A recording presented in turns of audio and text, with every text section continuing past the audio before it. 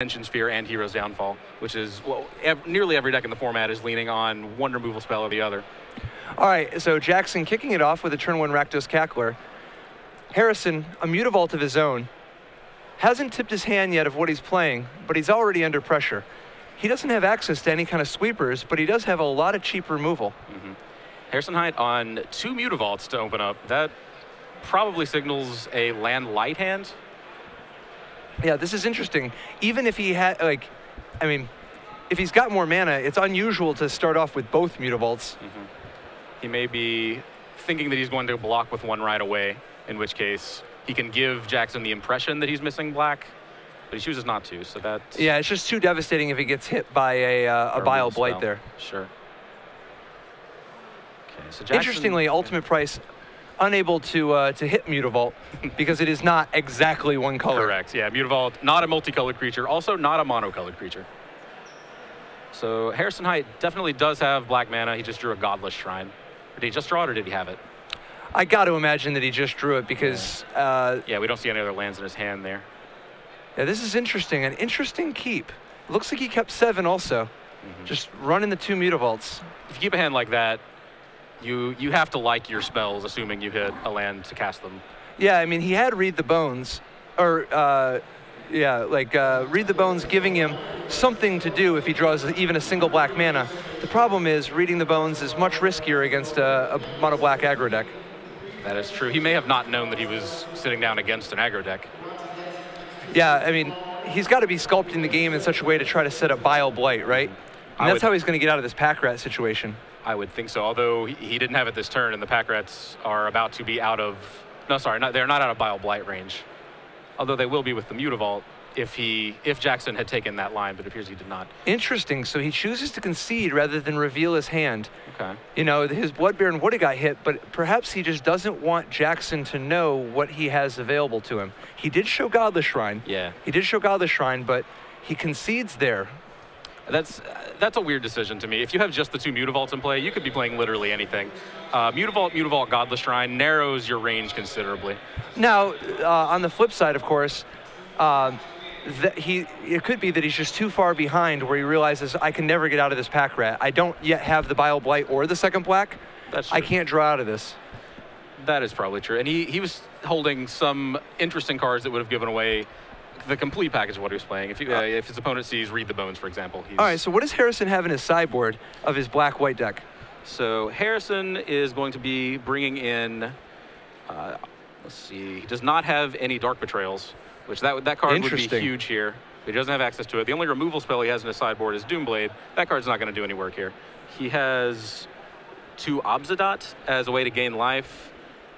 And yeah, there's really not a ton available to him. Pretty much it, yeah. Yeah, I mean, I guess in theory you might want to revoke existence just to hit the Herald of Torment. Maybe. That doesn't seem great. Well, it also hits Erebos and Whip if he boards those in. Okay. So at least that's something. But he really doesn't. Now, the good news is he doesn't have a ton of bad cards main deck. But I sure would like to get these Lifebane zombies out of there. For sure. I am not even sure I want Thoughtseize in this matchup. Yeah, I mean, I think you might not have the luck.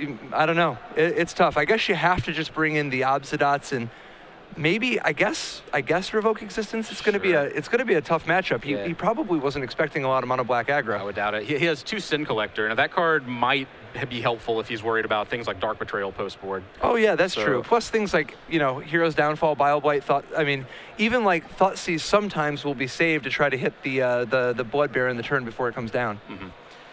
Oh, yeah, you know what? I forgot about Blood Baron. Yeah, actually, he does want Thoughtseize. Now, on Jackson's side... So on Jackson's side, he does have Dark Betrayal. He has 3 of those. And we can...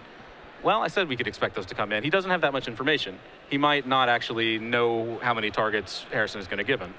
We know that Harrison has 4 Pack Rat, 4 Desecration Demon, possibly some Lifebane Zombies. He'll probably board those out. Those are not... That's not a great number of targets, but they're pretty high impact. We know he wants them. He doesn't necessarily know that. He has access to 3 Dark Betrayal, 3 Duress, 2 Erebos. The 2 Devour Flesh look pretty good. Yeah, he definitely wants to Devour Flesh. I think if you see Mutavault, Godless Shrine, you have to know you're dealing with Blood Baron of Vizkopa. That would be why that card's there, and he's going to be eager to bring those in. He does not want Doomblade. He probably doesn't want Desecration Demon. I would guess that he brings in Dark Betrayals and Devour Fleshes. Yeah, I wonder. Desecration Demon's kind of an interesting one because it does dodge Bile Blight, but it walks face first into Hero's Downfall and Elspeth, and he doesn't know that Harrison doesn't have Dark Betrayals. That is true. I think it was probably a safe assumption, in fact, that Harrison would have Dark Betrayals. So we are in round 8, and we are seeing an undefeated mono black aggro deck. That is exciting. Is the landscape of Standard changing that much? I mean, this is like, we've seen several upstart decks this week. Oh, certainly. I mean, we took a week off from Standard. We were covering the Grand Prix, which was Modern, last week. All it takes is 1 week where you're not paying attention, and Standard will shift. Standard's always shifting. Very, very exciting. Yeah, and I think Mono Black Aggro is a deck that has been on the rise for a while, quietly. Oh, okay. Yeah, no, a few people like Owen Turnwald have been talking about it since the beginning of the set, the beginning of the set being in the format. Mm-hmm. But a lot of people talking about it, it's been their B deck, and they end up playing either blue-white or mono-black control. For sure. Yeah, the big, the herald, so to speak, of mono black aggro, Herald of Torment, being the new card from Born of the Gods that has put a lot of people on this archetype for the first time. So a turn 1 Temple of a turn 1 Temple scries and keeps, which is kind of a very strong sign, particularly since Harrison's hand is a relatively good mix. He's got Thoughtseize, Hero's Downfall, Read the Bones, and Blood Baron, as well as a good mix of mana. Oh yeah, I like that hand. We have our removal spell to stay alive, we have Read the Bones to dig, and we have the whammy, we have Blood Baron of Vizkopa. Yeah, and even Thoughtseize to set it up and make sure that you take the 1 Devour Flesh or whatever it is that can potentially interact with your Blood Baron. Mm-hmm. Interesting, so Jackson does take the Thoughtseize. Jackson maybe, does he have a Pack Rat? He may be leaning on, no, he has Devour Flesh. He has both, I think he has both Pack Rat and Devour Flesh, and he doesn't want to give Harrison the option to take one of the 2 superstars. Speaking of Pack Rat. Yeah, you knew he kept something good on top. Okay, well, Pack Rat is going to protect that Blood Baron from Jackson's Devour Flesh. Although, does Jackson have any more removal? He has the Dark Betrayal ensures that that party is over before it started. Now, it looks like a Bile Blight giving Harrison more defense. This is just a great situation for him. He's going to play the God of the Shrine tap so as to save a little bit of life, threaten to Bile Blight whatever Jackson does, and then next turn Read the Bones to keep his mana increasing so that he can build up to that Blood Baron range. Yeah, he's definitely making good use of his mana here. Although Jackson can play a 2-drop creature and that Rakdos Cackler to make sure that he gets to keep a creature on the board even through the Bile Blight. Although I don't think that's enough to save him here. Yeah, I think we're going to see, is this a Pack Rat and a... Oh, he just attacks with the Mutavault. Interesting. That's definitely kind of an aggressive play considering the lack of a third, oh wait, no, there is one more land. It looks like he might actually try to ride the Pack Rat plan. That makes sense. He may have been trying to bait out removal to keep the Pack Rat alive, although he knew about a Hero's Downfall. He did not know about that Bile Blight, so that is bad news for Jackson Knorr. Harrison deciding whether or not to keep these 2 cards from Read the Bones. It does look like he has a 4th land already. These are both good cards. The question is he willing to keep a 2 that doesn't have a 5th land for his Blood Baron? And I don't think I would be willing to do that, knowing how important Blood Baron is in the matchup. Yeah, it's interesting. Hero's Downfall, generally a great card in this matchup for its ability to trade with anything. Pack Rat, often a great plan. Here he decides to go without it because Mono Black just has too many ways to deal with it between Dark Betrayal and Bile Blight. And Hero's Downfall, for that matter. Now, has Harrison seen Jackson Knorr's hand this game? He had his Thoughtseize, right? So he doesn't actually know about the Devour Flesh? Correct. Okay. And there's the Pack Rat. And this is why Jackson baited out the attack earlier. I mean, there's still a Hero's Downfall, but with Blood Baron on the horizon, Jackson's going to have to put together... oh, okay. If he just walks face first into it, I was going to say, then the Devour Flesh will take value. But yeah, Jackson, I think, would have been very happy for Harrison to have slammed that Blood Baron, but Harrison does not walk into it. It looks like Harrison's primary plan at this point is setting up some kind of an Elspeth Sun's champion so as to ensure that Devour Flesh can't do anything. That Elspeth came off last turn and was very, very key. The extra Blood Baron, also pretty big there. Now, it's tricky because Harrison drew the Blood Baron and played it, but he already had a Blood Baron in his hand that Jackson knew about. I didn't catch that. By playing the one that he drew immediately without mixing it into his hand, Jackson might realize that Harrison has to have another Blood Baron. Well, he probably realizes it. I don't know if that does him any good, though. Did he have another Devour Flesh? Looks like he has... We can see Hero's Downfall, and I believe he has one other card in hand here. It's interesting. We might see a Hero's Downfall plus Thoughtseize. Thoughtseize to make sure that the Blood Baron's good. Hero's Downfall to hit the Pain Seer. But we also might just see a Blood Baron, depending on how greedy Harrison Hite is feeling. Partly it's a question of greed. Partly it's a question of how much time do I have. So he does take the last card, which is Hero's Downfall. Hero's Downfall hits the Pain Seer. Now Jackson has Harrison down to 8 after this attack. Down to 8. Do we have another creature? Looks like and he does commit a Pack Rat to the board. A pretty great top deck in this spot. We're going to see a Blood Baron come down. Jackson could really use his second Devour Flesh, but there's no question when it comes to this point, it starts slipping away. That was a draw and a slump and a go. That Blood Baron looks like it's going to take over this game. Yeah, and with Elspeth able to defend himself and Blood Baron giving him a life cushion, things are very quickly slipping out of reach for Jackson Knorr. For sure, Elspeth's going to make 3 tokens. Jackson Knorr can make at most 4 attackers, but Harrison's at a healthy 12. He needs some answers to these creatures quickly.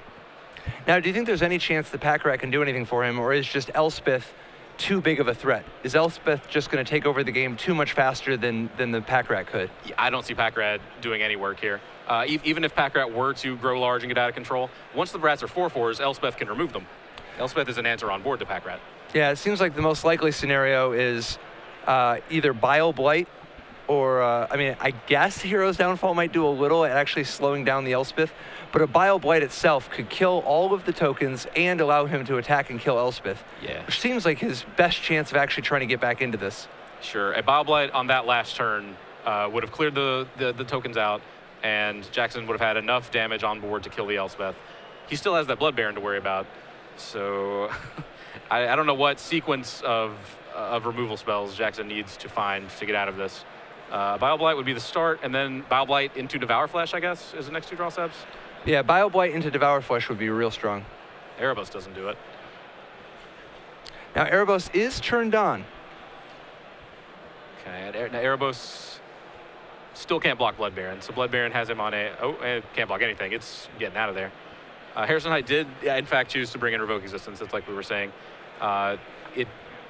He probably didn't expect it to have any good targets, but he had some dead cards. Well, and Herald of Torment is just such a, like, it's the best card in their deck by so much. Sure. It's kind of nice just having a few answers to it.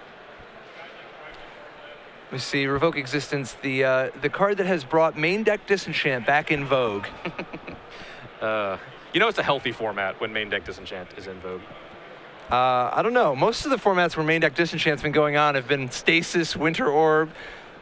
Well, I don't know about that. You're talking about the new era. I really don't know about that. That was well before my time. All right, so it looks like the Rats did not do it. No. We're going to go to game 3. Harrison tying it up 1-1. Okay, is Jackson Knorr going to do anything different, do you think, this next game? It's hard to say. Jackson Knorr has more information now, although, again, he saw 2 Mutavolts and a Black-White dual land, so he could guess with pretty good certainty what Harrison was playing. He brought in Devour Flesh that we saw, Erebos that we saw. We did see Dark Betrayal as well. So we know that's at least 7 cards that he brought in. That's a pretty big change up. See, I actually think this is one of those spots where you Thoughtseize him, you see he has the literal perfect hand, and you have to take Read the Bones, because he's got everything. You can't, like, it's not like he's going to be short on anything, so you need to take the card that's going to be 2 answers, that's going to be 2 problems. Maybe. Jackson is playing an aggro deck. I don't know that I mind my opponent shocking himself when I'm playing aggro. He saw the Blood Baron, he saw Thoughtseize to protect his Blood Baron, but he had Devour Flesh. I think it was safe to take the answer, assume that Harrison was going to try to stabilize with Devour Flesh, and then hope to blow him out with that. Sorry, assume that Harrison was going to try to stabilize with Blood Baron, and then hope to blow him out with that Devour Flesh. Now, we saw that Harrison not only played around the Devour Flesh, but also drew a backup Blood Baron. But Jackson can't know that. I don't mind Jackson's play at all. So going into game 3, Jackson will be on the play. Really, he's looking to get a nice little curve. Like, ideally, he'd like to open on a Rakdos Cackler or a Tormented Hero instead of just a Thoughtseize. Sure. The Thoughtseize, a 1-drop is a 1-drop in this case. He just wants to use his mana, really. Thoughtseize is going to clear out those really dangerous cards again, like Blood Baron, like even something as simple as Bile Blight. But yeah, he really wants to get a clock going. What's really important for Jackson is getting a creature underneath Harrison's removal. He wants to have a creature in play, Harrison plays land, says go. Then he wants to get another creature in play. And then past that point, Harrison... And just stay a turn ahead? Yeah, Harrison's going to be using Absolutely. removal every turn.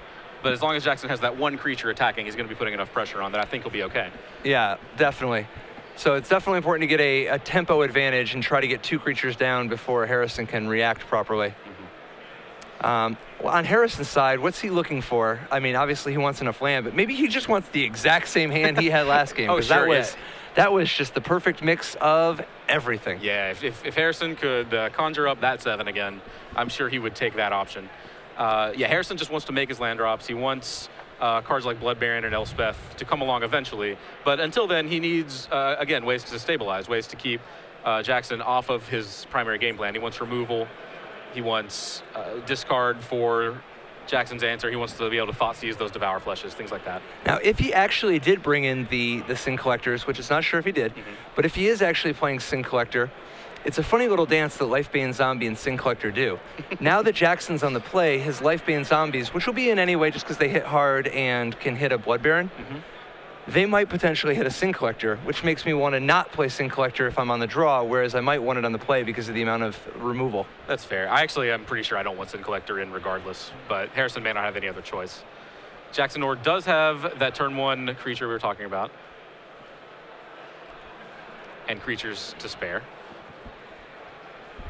So this is interesting. Jackson has a good turn 2 either way. It's either going to be the Cackler and a Thoughtseize, or the Painseer. No matter what the Thoughtseize hits, he's not going to disrupt Jackson from having a good opening. Sure. Harrison probably wants to get that Painseer.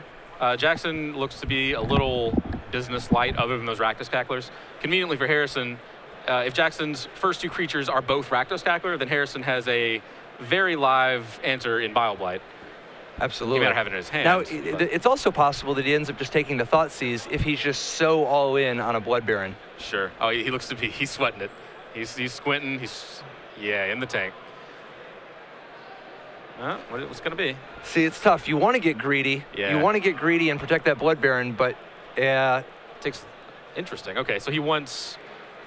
All right, he knows that Jackson's going to play a creature either way, but he wants him to spend all of his mana doing it and not get a chance to play Thoughtseize this turn. Interesting. So he gets... The Thoughtseize comes down anyway. Sure. Jackson can see that Harrison doesn't want him to play Thoughtseize, thinks, I would like to cast Thoughtseize now. And it turns out that it was actually a semi-bluff. Really, he just had ultimate price, and he couldn't ultimate price the Cackler, so he was going to ultimate price the Painseer. Sure, that makes perfect sense. Harrison also has this Pack Rat. Pack Rat's not really the card he's trying to protect, Blood Baron is, but Pack Rat can still take away a game on its own. So Harrison might be thinking if Jackson taps out for Painseer this turn, he gets a window to get Pack Rat in play. But Jackson double Thoughtseizes, meaning that Harrison is left with nothing. He's got land, he's got plenty of mana, and he's got an ultimate price for that Painseer that eventually comes. And now it looks like he top decked a Hero's Downfall, so he can actually answer all of the immediate threats, but he doesn't have anything going on. It draws removal, but it's clunky removal.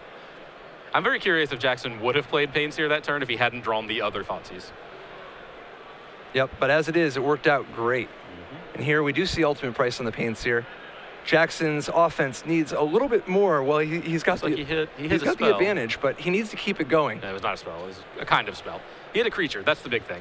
It was like we said before this game, Jackson just needs to have a creature out ahead of Harrison's removal. And Harrison did draw a Blood Baron, which is the absolute stone cold nuts. Now he's just going to Hero's Downfall one of the two creatures. He'll be at half life. However, next turn, the Blood Baron comes down and completely takes over the game. Yeah, for sure. That Erebos, it did not impress me last game. It hasn't impressed me this game either. So we do see Erebos. Now, Erebos has some interesting functionality against the Blood Baron. It can't block the Blood Baron, but at least it stops the life link. Right, and that's relevant, but... That's a lot of extra damage. I mean, Harrison's at 12. This is the difference between 12 extra life or not over the course of the next 3 turns. For sure. I feel like the actual most important thing the Blood Baron does in this matchup is be 4 points of unblockable damage, or at least in this spot. I guess in this matchup, the life gain would be very valuable. And we see another Thoughtseize, this time taking the Cackler that was not played so as to have fuel for the Pack Rat. Oh, okay. I was wondering why I didn't The cast Blood that. Baron deciding, is there any reason to not get busy? And I think we're going to see, as a result, Erebos is stopping the life link, Sure. causes the Blood Baron to have to stay home as a, Yeah. you know, because otherwise this is a race you're going to lose. Is it? Well, letting Jackson start making rats every turn, that feels like a race you're definitely going to lose. Another Blood Baron, that helps. You may not be losing it anymore. Harrison says, I have a backup, I have a blocker, now I can also have an attacker. Yeah, I mean, at the end of the day, like, he was at a big disadvantage. He did get lucky to draw the Blood Baron, but he would lose to the board if he attacks, so he's got to take a little bit more defensive of a stance and just hope to get lucky in the future. You know, give himself a little bit more time to draw some cards like either Elspeth or Blood Baron, something to get him back in it. And here we see the second Blood Baron coming down, meaning that he actually has a very, very real plan. Not only does he have 4 unblockable with a Great Defender, he's got him on a 1-turn clock. He can swing for 4 and then swing for 8. Now what he needs to do is make sure that he doesn't lose to this attack, because each of those pack rats is potentially going to be a 5/5. 5/5, only 2 of those need to get through. Wow, Harrison needs to have something real good, or else this counterattack is going to be lethal. It looks like he drew Desecration Demon. And I don't think that's enough. makes a rat, untaps, makes another rat. Yeah, and Erebos attacks.